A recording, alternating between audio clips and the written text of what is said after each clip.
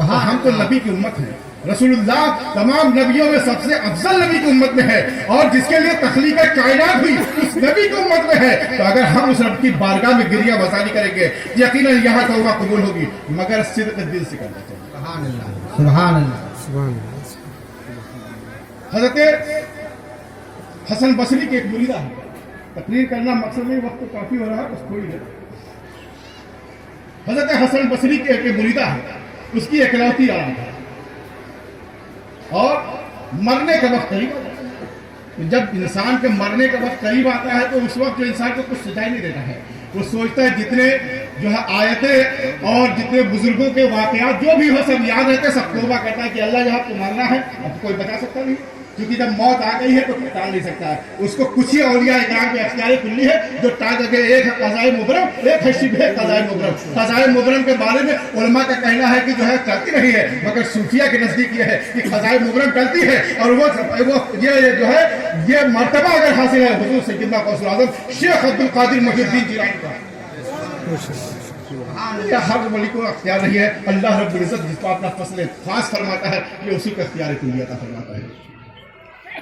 जब उसके मरने का वक्त करीब हो गया तो उसने कहा कि मेरी माँ अब तो मैं मरने वाला हूँ और मरने के बाद अब मेरा हाल क्या होगा, तो मैं तो जानता हूँ कि मैंने अपनी जिंदगी में कभी अपने परवरदिगार की बारगाह में अपनी जमीन नाज को झुकाया ही नहीं है, तो मैं तो जानता हूँ कि मेरा अंजाम क्या होगा।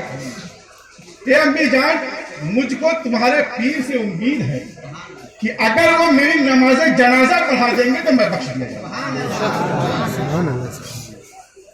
ये उसका यकीन कामिल था।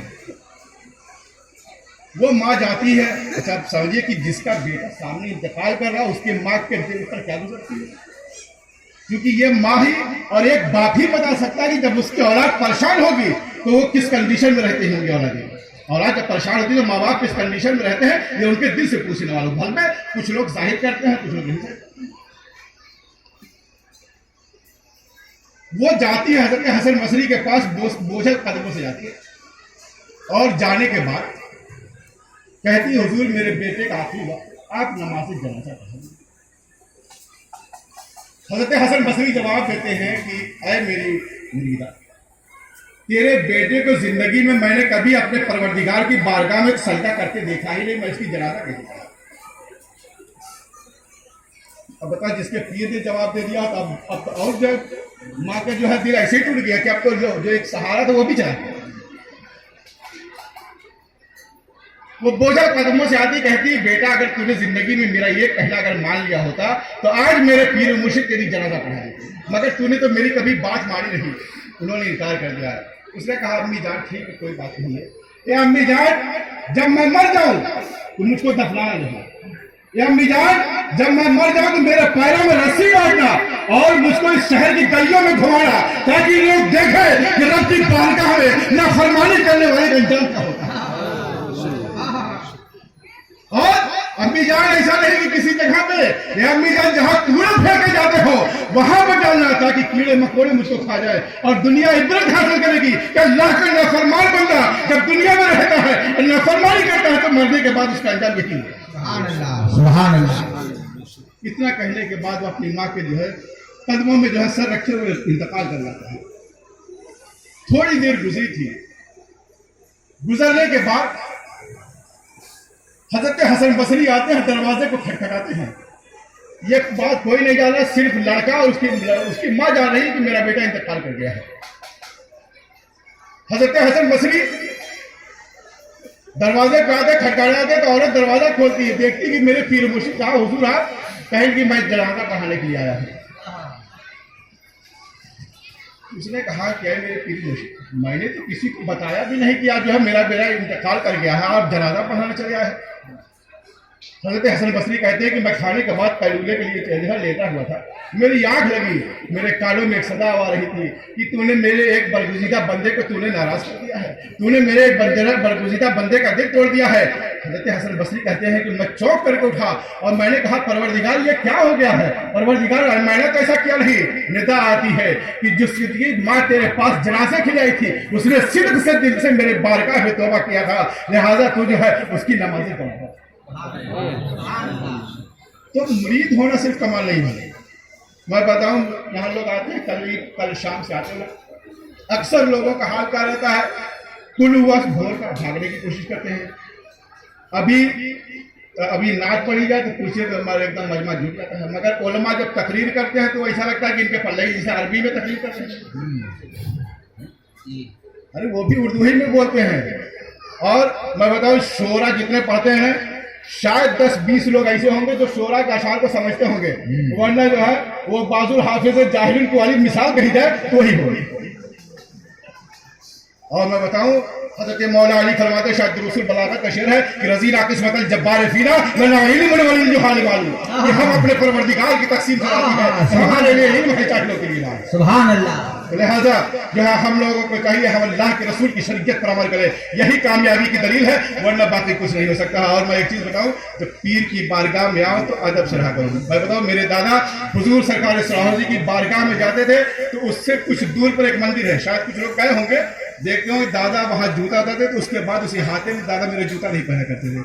आज मुरीद का क्या हाल है कि मुरीद का अगर बस चले तो पीर साहब के जो पीछे पीठ चल के बैठा है, ऐसा नहीं होना चाहिए। आदाब पीर ये होता है कि सही मानों में पीर के परछाई पर मुरीद का पैर नहीं पड़ना चाहिए, तब वो मुरीद कामयाब। सुभान अल्लाह, सुभान अल्लाह। और मैं बताऊं, देखिए सब कुछ एक जगह, नमाज रोजा हज जो ज़कात एक जगह, रसूलुल्लाह की मोहब्बत एक जगह। अगर मोहब्बत रसूल नहीं है, जिंदगी भर इबादत करते रहोगे, जिंदगी भर परेशानी लगाते रहोगे, कुछ नहीं हासिल होगा। अल्लाह ताला फरमाते हैं, आज ले उनकी पड़ा, आज मरन बागुन से फिर न मानेंगे क़यामत में अगर मार गया। और मैं एक चीज बताऊं, हज़रत आयशा सिद्दीक़ा, अल्लाह के रसूल ने हज़रत खदीजतुल कुबरा के बाद अगर किसी से मोहब्बत की है तो हज़रत आयशा सिद्दीक़ा रज़ियल्लाहु तआला अन्हा से की है। अब मैं बताऊं, हज़रत आयशा सिद्दीक़ा सरकार के अज़वाज मुतहहरात में से है, और सबसे सही हज़रत खदीजतुल कुबरा के बाद सबसे शहीद अज़वाज मुतहहरात में माता है। मैं हज़रत खदीजतुल कुबरा, चूंकि आप शौहर तो हैं, हज़रत सरकार हज़रत आयशा सिद्दीक़ा फरमाती कि आप मेरे साथ रेस कीजिए। अब बताइए, अगर कोई पीर साहब की बीवी मुरीद से गए तो पीर साहब करेंगे सारी कमबख्त पागल होगी मुरीदों के सामने। मगर वो अल्लाह के रसूल से मोहब्बत इतनी करती थी, और मस्जिद नबी के पीछे थोड़ी सी जगह बात की थी। और अदब देखिए हज़रत आयशा का, जब आप दौड़ लगाती है, आप आगे निकल जाती हैं, आप फरमाती, ये नहीं कहती कि मैं आपसे आ गई, फरमाती है या रसूल अल्लाह मेरे कल्ब में मुबारक आपसे आगे चले गए। और हज़रत आयशा ने एक शेर पढ़ा है, उसी से अंदाजा करो कि जो है यह हज़रत आयशा सिद्दीक़ा जब मोहब्बत करती थी। और ईमान की दलील यह है कि जहां जाकर नबी से मोहब्बत नहीं है तो कुछ नहीं है। हज़रत आयशा फरमाती है कि लना शमशुन व फिल आफाक़ि शमशुन व शमशी खैरुम मिनस समा व इन्न शमसा ततलू बअदल फज्र व शमशी तालिउन बअदल शाम। आयशा फरमाती है कि एक आसमान का सूरज का चाँद है और एक मेरा, एक आसमान का सूरज है और एक मेरा सूरज है। और आसमान का सूरज, दूसरे मुस्लिम कहती है फइन्न शमसा ततलू बअदल फज्र, और आसमान का सूरज फज्र के बाद शुरू होता है, वो शमशी तालिउन बअदल शाम, और मेरा सूरज इशा के बाद। सुभान अल्लाह, माशाअल्लाह। लिहाजा क्या कहने का मतलब क्या हज़रत आयशा का कि फज्र के बाद तो सूरज तुलू हो जाता है, मगर रसूलुल्लाह जब ऐशा की नमाज से फारिग हो जाते हैं, जब अपनी तमाम जरूरियात से फारिग होते हैं तो हुजरे आयशा में दाखिल होते हैं, हुजरे आयशा मुनव्वर हो जाया करता है, हुजरे आयशा रोशन हो जाया करता है। लिहाजा है मेरे भाई, मुरीद होना कमाल नहीं है, शरीयत पे कायम रहना कमाल है। अगर शरीयत है तो पीर भी बचाएगा, वरना पीर भी नहीं बचा। सुभान अल्लाह, सुभान अल्लाह। और मेरे भाई एक चीज़ मैं आखिरी बात कह के मैं रुखसत हो रहा हूँ, तकरीर करना नहीं तो थोड़ा सा बोल गया, और उलमा बैठे हैं, अगर गलती हुई तो मैं माजरत चाहता हूँ उन लोगों से, क्योंकि ये लोग मेरे सर का ताज है उलमा लोग। और मेरे बड़े भाई सैयद महमूद हसन साहब सज्जाद अलशी खानकाह सरिया भी बैठे हुए हैं, इनकी बारगाह में बड़ी अदब के साथ अगर गलती हुई तो माजरत चाहता हूँ। जो है कि देखिए, बस आखिरी बात मैं कहता हूँ कि आप लोग जब आइए तो पूरे प्रोग्राम में शिरकत कीजिए, वरना आइए नहीं, क्यों आप किराया बर्बाद करके रात भर जग करके आते हैं। उससे बेहतर घर ही से फातिहा पढ़िए। और अगर आए हैं तो पूरे प्रोग्राम को आप सही तरीके से उसको जो है आप कीजिए, उसमें शरीक रहिए। उसके बाद जाइए परवरदिगार की बारगाह में अल्लाह हमें और आपको सिरात मुस्तकीम पर चलने की तौफीक अता फरमाए और नमाजों का पाबंद बनाए और शरीयत मुतहरा के खिलाफ अल्लाह रब्बुल इज्जत हम लोगों को कभी भी कदम रखने की तौफीक अता न फरमाए। कभी हम लोग शरीयत के खिलाफ कोई कदम न रखें। परवरदिगार की बारगाह में है कि हमें और आपको शरीयत मुतहरा का पाबंद बना दे। अस्तगफिरुल्लाह रब्बी मिन कुल्लि ज़ंबि व अतूबु इलैहि व मा अलिम बिला बसरा।